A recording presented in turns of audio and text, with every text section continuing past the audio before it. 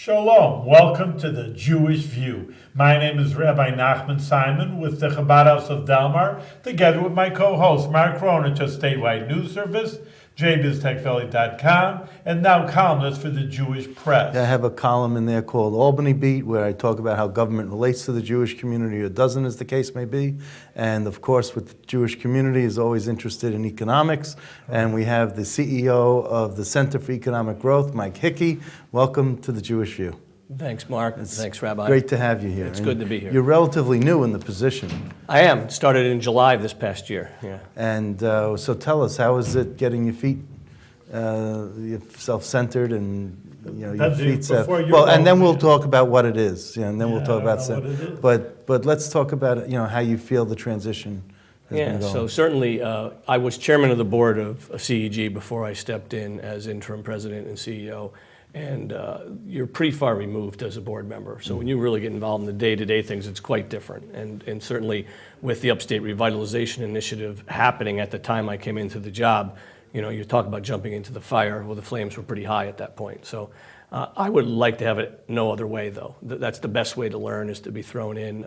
Great opportunity to meet a bunch of new people that had a lot of passion for the region, and be able to work together with them was just a fantastic experience. I'm one of the new people who you met. Yes, you are. You are, Mark. So tell us what Center for Economic Growth, what their aim is and what the mission is for... Yeah, so the Center for Economic Growth was actually founded about 1987, so it's about 28 years old, and it was really formed from the standpoint of the private sector, public sector partnerships, which is proven to be the best model for driving economic development, is when you can get private sector backing up and working with the public sector to drive economic growth.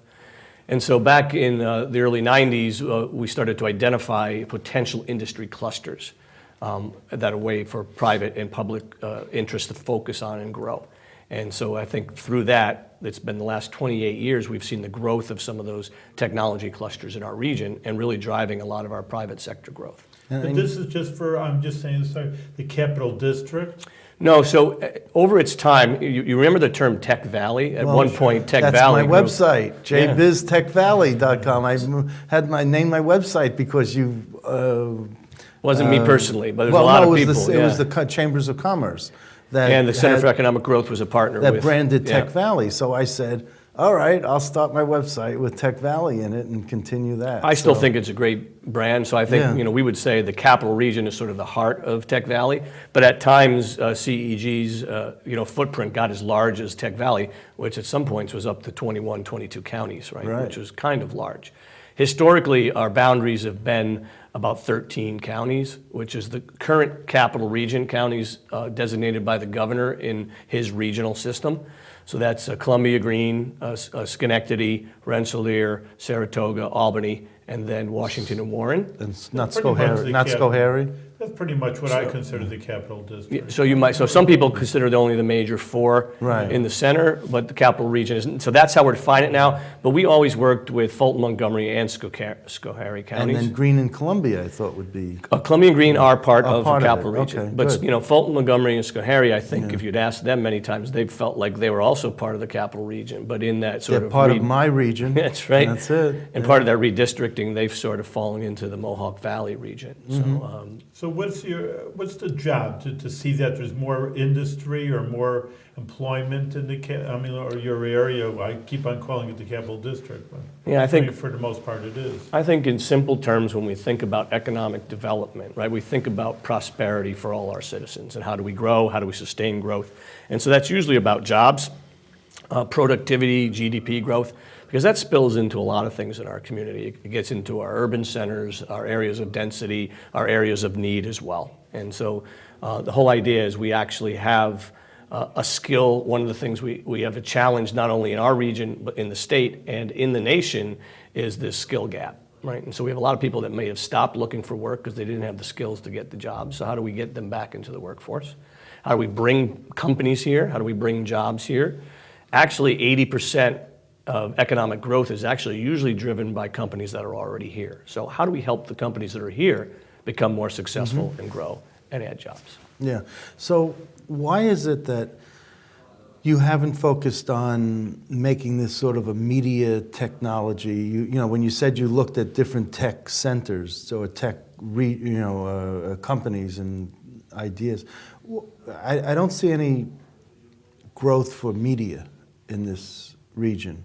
I see everything is. What would be media? Movies? I mean, what do you mean by media? It's not.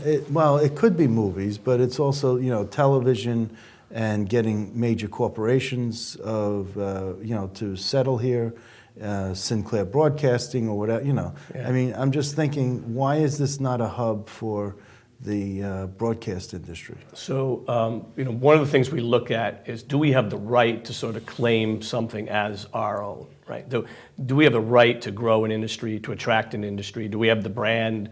So do we have the assets on the ground, the skill sets, the people, right? And so as we looked at and sort of looked at all the technology plays and so forth, I just don't think that we showed that we had the ability to do it. And then also we would look at growth potential in those markets, right? So how many jobs could we potentially bring in? Because it always is about focus, and you have to pick and choose, right? You can't do everything. Mm-hmm. And so when we did all that and put all that data in and looked at the evidence and it boiled down, from a tech side, two things really emerged from technology perspective. One was clean tech, and one was certainly this whole idea of the issue of health, a population health tech cluster. I see. Well, I'd like to have a private conversation with you about getting media and how many jobs could be had if you really focused on making this a media cluster with the radius that we have here between New York City, Boston, and Philadelphia and the Poconos and the areas in a 3-hour driving radius. So one of the opportunities for that, Mark, could be is we do have some focus on something called the creative economy here, which we have 30,000 people employed in the capital region in what we call the creative economy, which is what's a creative economy? What is it? Yeah, so it's sort of been defined. It could be anything from somebody who's an artist or photographer all the way up to some people that are developing video games, developers that are developing video games. It could be people that are producing and making films and stuff like that. It could be marketing professionals of the creative nature. So it was a stream of passion that we have in the area, right? And so one of our strategies in our liftoff strategy actually addresses an initiative around this creative economy and helping those businesses grow. So that's possibly a home for your passion, Mark. You mentioned the Upstate Revitalization Initiative. Yes. Tell us about that and what your plan was that you submitted, what that plan was about. Sure. So the governor announced back in the spring the idea of looking at 7 upstate regions. So there's 10 regions as part of his economic development competition on an annual basis. If you take out Long Island, New York City, and Buffalo, which had won the Buffalo Billion Project a couple years ago, there were 7 remaining upstate regions. And so the governor is focusing. He understands some of the challenges that we all have in the upstate. Some are worse off than others as far as the creation of jobs, what's happening in our urban centers, and poverty and job growth and population growth and so forth. And so I think he's made it a real focus. And so there's $1.5 billion available. Divided equally in 7 counties? No. So that's one thing he's also fond of is competitions. So it's a competition, so it kind of raises the bar for everybody. I know personally, our region, this was a real catalyst for us to really come together, collaborate, and actually build a strategy, I think, for the first time that's very cohesive and impacts most of the region. And our community came together to do it, right? It wasn't a few people in a room doing it. It was a pretty broad base. We accounted over 6,000 personal engagements as part of building this strategy. So the idea is there will be 3 winners and 4 losers. In competition, 3 regions? 3 regions will get $500 million each. That's how it was. $500 million each. But I think one of the things that you'll see is, and I'm guessing, I do not know this. You had to make a whole proposal? I mean, you did. And it had to be so it wasn't supposed to be a list of projects, right? It had to be a strategy, and it had to be transformational. It really had to lift a region. And we believe, we're able to check that box. We believe we did a pretty good job of creating an integrated, holistic strategy that all builds off. And when you actually implement them together, they're going to collectively achieve more than if you try to launch one of those. So what's the strategy?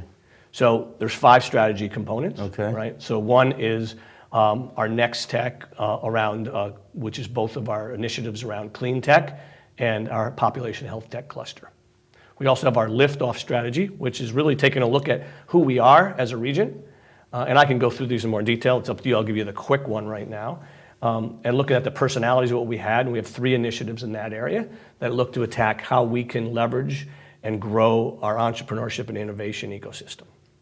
We have our talent strategy, which is really about utilizing our educational footprints we have in our region, but really addressing that skill gap that there is, that private sector needs, and where the jobs are going, and how the gap is between the higher education institutions are actually are not providing the right talent at this point for the private sector, which is the #1 inhibitor to their growth. And then the third thing is we're always going to have problems with this if we don't start investing in our youth, investing in tomorrow. So That's true. what are some programs that we can do with STEM in the K through 12? And we also know that it's children that aren't reading at the 3rd grade level by 3rd grade have a hard time succeeding in life, right? And so how do we make sure that our kids are reading appropriately at the 3rd grade level? The Daily News and the New York Post write on a 3rd grade level. The New York Times is on a 5th grade reading level. So when you get the newspapers that everyone's reading, and they're reading at the lower levels and not a higher level, I mean, what do you expect, know? And even when I went to college, and it's still the case today, I mean, the professors at the universities are saying, well, why are they graduating from high school? What type of students are they? They don't know their grammar, they don't know how to talk, they don't know how to reason, they don't know, what's going on in high school. It sort of seemed like it's just a pass-through. Yeah. And then when they get to college, these college professors are like intolerant of trying to teach the kids to the next level that they should have been taught in junior high and high school. So I hope that works. Now, when you say STEM, should it be called STEAM and have the arts added, not just science, technology? So I've heard that debate. I think the arts is really important to a community, and that's one of the things that's addressed in our creative economy. And as we start looking, our other 2 strategies are our metro strategy. So how do we rebuild our downtowns and make them exciting places for millennials to come and live? And our gateway strategy, which actually says our geographical presence has really been an asset for our region for hundreds of years, going back to all the fur trading days, right? Our river is the farthernmost 12-month port that there is, and so there's a lot of opportunity to do things with distribution and having more barges come up the river and staying off the roads. So, but back to your question, right? Which was should it be STEAM and have the arts? Should it be STEAM? So the arts, I think the focus in the skill. The problem is the skills in those tech jobs is just so strong, and it's so needed, and it's such a gap. And so part of the reason is a lot of those are even middle skill jobs, which has really, frankly, driven this economy, the U.S. economy for so long. But what's changed over the last 50 years is the requirements for those jobs have changed. There's so much automation. So right now, if someone's good at science and math, right, you go on to get a 4-year degree, perhaps an engineering degree. But we need a lot of people who don't need those full 4-year degrees, but they need to have some competency around math and science to operate machinery in some of these factories that we have now. And that seems to be the real gap, is just having that technical, or it might be in the medical industry, right? The people that can go into working with equipment and stuff in the medical industry. Right, but when you talk about the arts, I mean, science is tied in with the arts, technology is tied in with the arts, math is tied in with the arts. You have to know how to do all of that, so it seems like it's a natural fit for the arts to be there. If you look at it from the other way, not, does STEM, does the arts relate to STEM, not STEM relating to the arts? So the question I would ask you is there an identifiable skill gap in the arts field, like there is in the engineering and math and science fields? Right. Of course there is. And you haven't identified it yet, have you? Well, you haven't spoken to the right people. Maybe that's what it is. I haven't come across it. Again, not that I don't think the arts is important, and we do have some initiatives that address the arts in our strategies. That's good. Okay. All right. I'm really into the arts, as you can tell. I can tell that. Okay. So the basics again, though. Are you a government agency, or how are you funded? Yeah, so we are a 501c3 nonprofit that is funded by private sector members. So and now we also depend on grants and stuff like that. So we have part of our operation that helps manufacturers and other businesses grow, help them to do lean training and so forth. So we rely on some things from NISTAR, ESD, some other grants and stuff like that. So, but between our primary funding comes from our private sector members and from grant funding. So that increases their budget line. I mean, did you have to get agreements for these private sector companies ahead of time in order to know that you could, make it and not struggle as a nonprofit?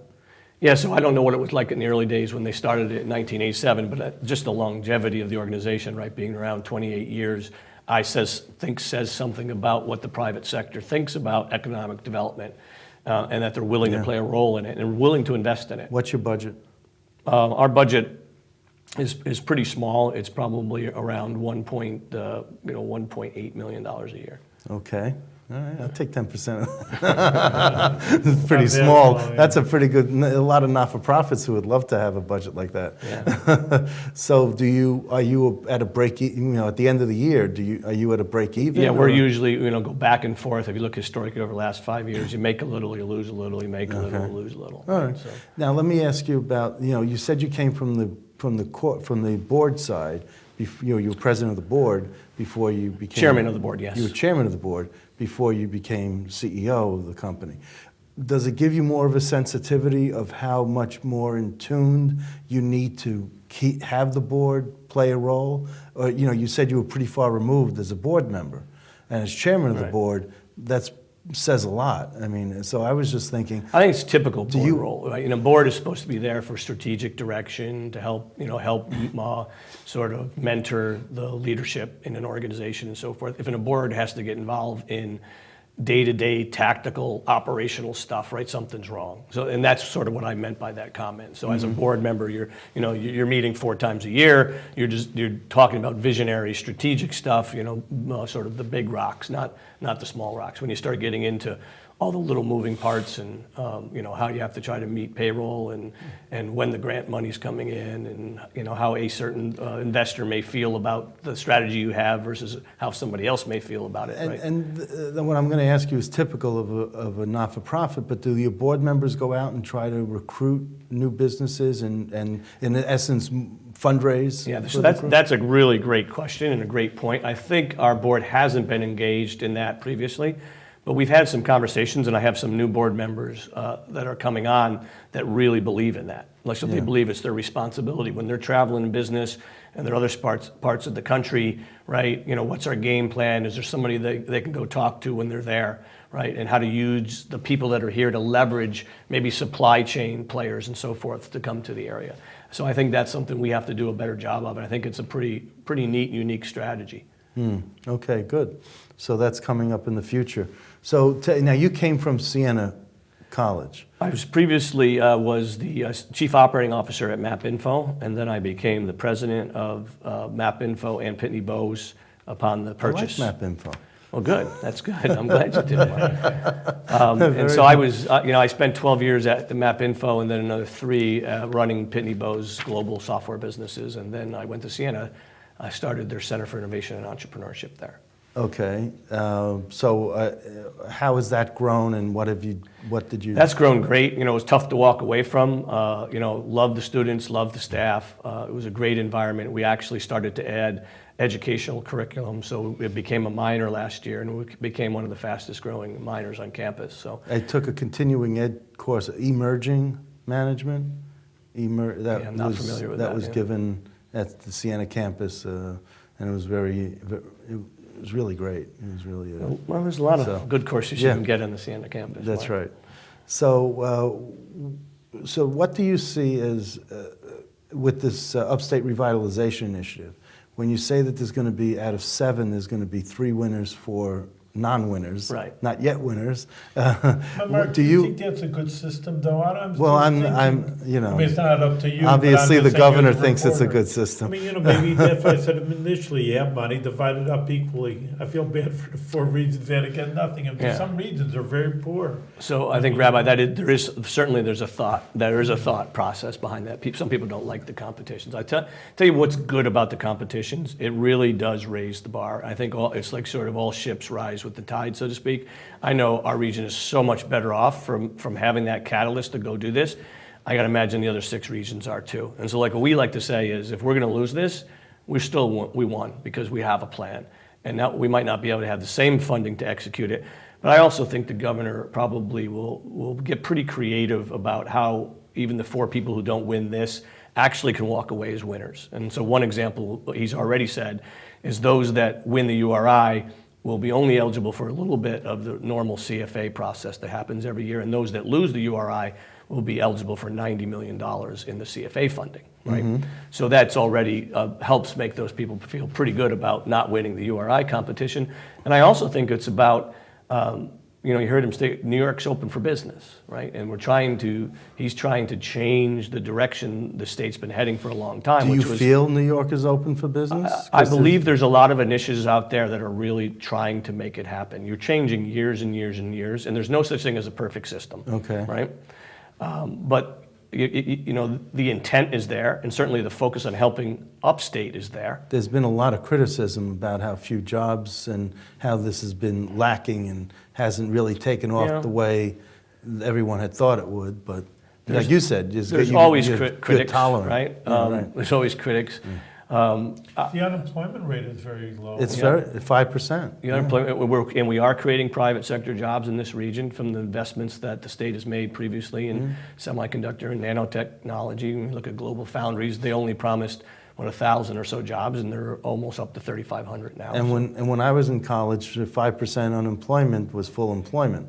It's considered full employment. Now, I don't know if that's the case today, but that was the bellwether, my economics class. So, and I think when you measure economic development, it's hard to measure it on a month-to-month or year-to-year basis. Sure. Right? It's almost like a decade is your measuring stick, right? Because it takes time. You got to get the companies here. You got to have the investments in the capital. You got to hire the staff, right? You got to start having those things in the marketplace. Then somebody else has to follow.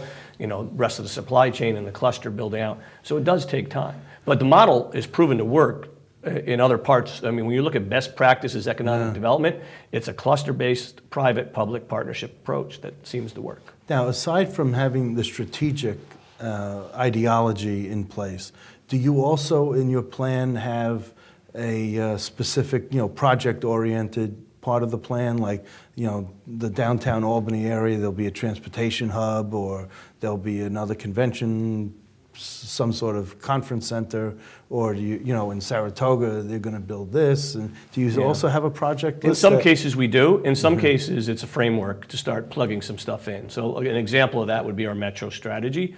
And one of the things that was one of the criteria is to try to line up other private sector investors, because there's a 5-to-1 match requirement in this as well. Okay. And so one of our projects we had in our metro strategy, there was developers that are interested in some projects in downtown Albany, some other developers interested in some projects in Glens Falls. And so we were able to get some specificity in the time that the plan went in to put some things around that, right? So what's happening for downtown Albany? Well, so there's a couple sites that are looking at it. So there's certainly the old convention center site, the warehouse district, the Tobin's First Prize facility, are all sort of areas that are looked at. What would happen perspective. in those areas? So all of these, what we're trying to do, so remember, one of the things we're trying to do, our outcomes we're looking for is creating 40,000 new jobs, attracting 10,000 people to our region that aren't here now, taking 4,500 people who stop looking for a job, get them trained, and get them back into the workforce, and taking 20,000 people out of our poverty level, which is a 15% reduction in our poverty. So those are some of our targets that we're looking to do. And so those 10,000 people we're trying to attract, a lot of them are going to probably be millennials, right? They're going to be here, raise family, build homes. And one thing you notice about millennials is they're really attracted to urban living now, right? That's sort of come around. It's not suburban living anymore. Yeah, it happens really more in New York and even, I know, in Chicago, but really didn't take off in Albany. It hasn't. So that's part of what our strategies and our metro strategies. How do we create downtowns that are going to be very attractive to those people? So the method is very up-to-date, state-of-the-art urban planning concepts that revolve around how do you combine, retail, commercial, and residential properties together. And certainly we have a lot of our cities are located near riverfronts, so how do we maximize our riverfront stuff as we can? And so those will become priority projects around that way as we start creating downtowns that people want to come, that holds adage of live, work, and play, right? You don't want to have to get in your car and do things. You want to be able to walk around and do things. And we've already seen some sort of things coming to life in our cities, even around here. Certainly what's happening over in Troy, what's happening in Schenectady. We've all know what the rebirth of Saratoga back in the 70s, and how people love those downtowns, right? So those are the type of things we need to recreate. What was the Glens Falls piece that you were mentioning? Well, there's some developers that are actually looking at some downtown properties and development, the same type concept, the combining the retail, commercial, and residential space in walking spots in downtown. But don't they need the population, or they build it and they will come, or? Well, so these obviously will happen in areas of density because that's what's going to attract the dollars, right? But there's a developer that believes in that part of that downtown, and there's a lot of activity starting to happen in Glens Falls too. Glens Falls is sort of the gateway to the North Country, right, so to speak. So. Exactly. I was going to.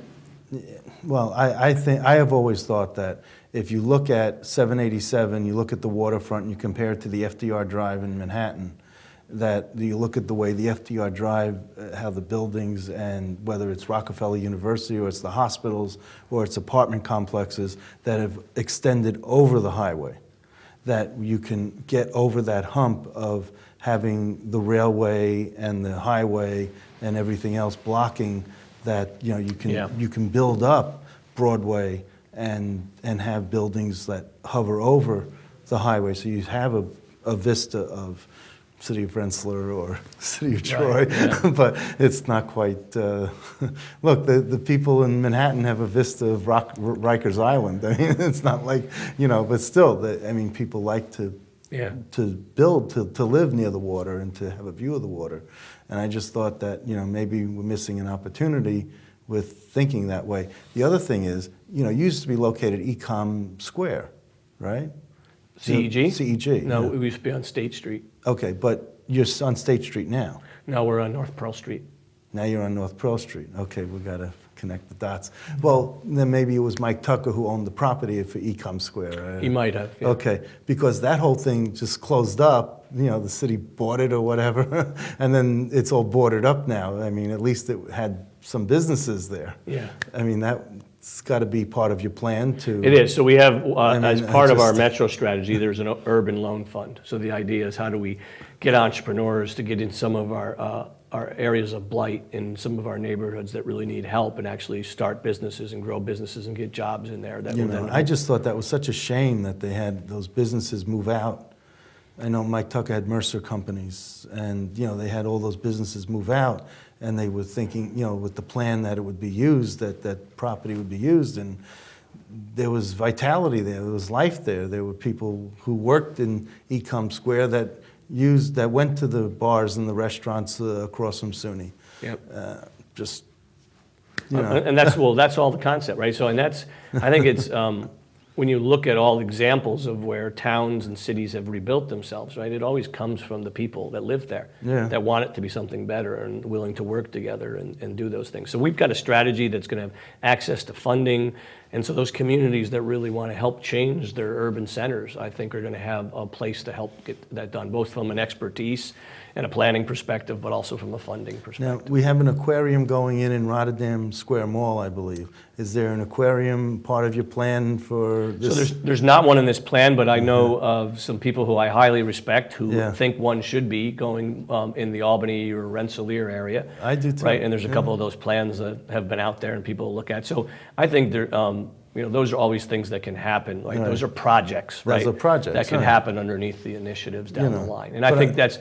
So say if we win, I think as people understand the context of the strategy and the initiatives, they'll start coming up with even better and newer ideas and projects that fit those things. I always said, you got the Utica Zoo and Syracuse Zoo, we have our own zoo. It's the state capitol, but we don't have to have another zoo. But anyhow, that's my joke for the end of the show. Those are different animals. That's a different animals, yes, political animals, yes. So one thing I did want to mention, Yes, sure. if we could, when we look, some people when they compare us to other upstate regions say, hey, Albany's doing a lot better than the upstate region, so Albany doesn't need this money. And I think our argument for that is a couple things. Number one is that we have grown our private sector jobs based on the money that we've gotten from the state, but at the same time, we've lost a lot of public sector jobs, right? Well, it used to be about 26% of our employment, is now approaching 21%. But our biggest concern really is our population growth. It's only 0.15%, which is rather flat. State of New York is 0.4. Nationally, it's 0.8, but the more alarming thing is our largest growing sector is 65 and over. So those people are not going to be creating and spending time in jobs, and lots of times their discretionary income gets spent in other parts of the country, right, or world, vacations, right, or they're in Florida.